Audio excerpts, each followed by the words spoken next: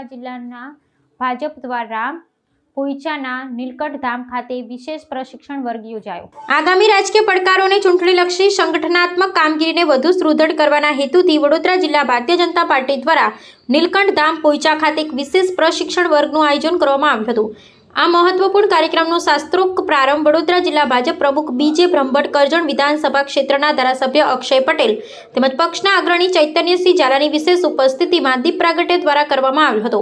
આ પ્રશિક્ષણ શિબિરમાં જિલ્લાના સંગઠન સાથે જોડાયેલા અનેક પદાધિકારીઓ અને કાર્યકર્તાઓએ ભાગ લીધો હતો।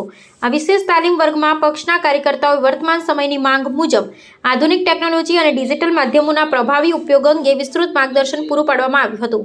વિશેષ કરીને આગામી વિધાનસભા ચૂંટણીની પૂર્વ તૈયારીના ભાગરૂપે અપના બૂથ સબસે મજબૂતના સંકલ્પને જમીની સ્તરે સાકાર કરવા માટે સચોટ વ્યૂહરચના ઘડવામાં આવી હતી। છેવાડાના માનવી સુધી પહોંચવા અને તળિયાના સ્તરે બૂથ મેનેજમેન્ટને વધુ સક્રિય બનાવવા માટેના આધુનિક રાજકીય અભિગમો પર પણ આ શિબિરમાં ભાર મૂકવામાં આવ્યો હતો।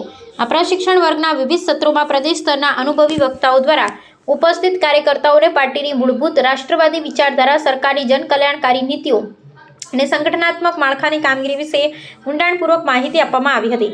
આ શિબિરનો મુખ્ય ઉદ્દેશ્ય કાર્યકર્તાઓમાં નવી ઉર્જાનો સંચાર કરી તેમના પક્ષના વિઝન સાથે જોડી આગામી રાજકીય જંગ માટે સંપૂર્ણપણે સજ્જ કરવાનું છે, જેથી તેઓ લોકો વચ્ચે જોઈ અને વિકાસના કાર્યોને વધુ અસરકારક રીતે રજૂ કરી શકે।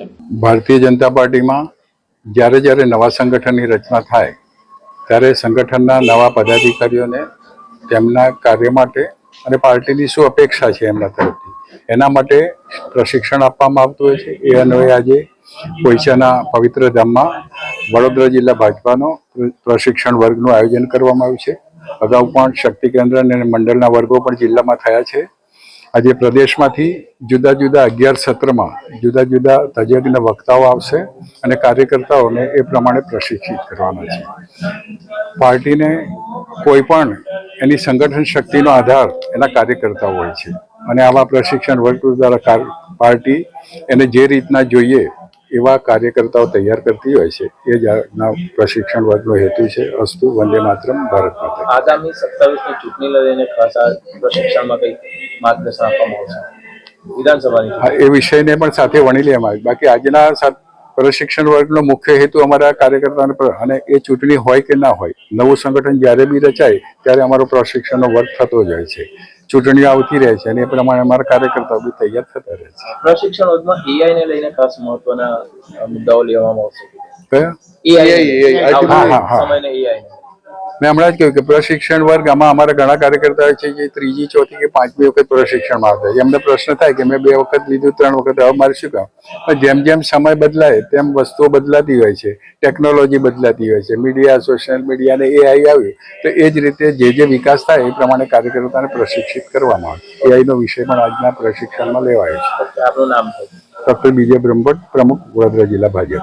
આજે પોઈચા ખાતે પવિત્ર યાત્રાધામ નીલકંઠ મંદિર ખાતે આજે પ્રશિક્ષણ વર્ગ વડોદરા જિલ્લા ભારતીય જનતા પાર્ટી 2026નો આજે અહીંયા પ્રશિક્ષણ વર્ગ રાખવામાં આવ્યો છે અને એની અંદર લગભગ આ 2 રાત્રિ રોકાણ અને લગભગ 3 દિવસનો આ પ્રશિક્ષણ વર્ગ છે। એની અંદર નવા જે શિક્ષણ નવા અમારા જે કાર્યકર્તાઓ છે એને તૈયાર કરવામાં આવશે અને પ્રશિક્ષણ માટે મોટું માર્ગદર્શન મળશે અને લગભગ આ 11 સત્રો 3 દિવસની અંદર લેવાવાના છે। આની અંદર તમામ જે માહિતી જે છે પાર્ટીની વફાદારીથી મળીને પાર્ટી પ્રત્યેની એકતા અને જાગૃતતા માટેની તમામ માહિતી આ પ્રશિક્ષણ વર્ગની અંદર કાર્યકર્તાઓને આપવામાં આવશે।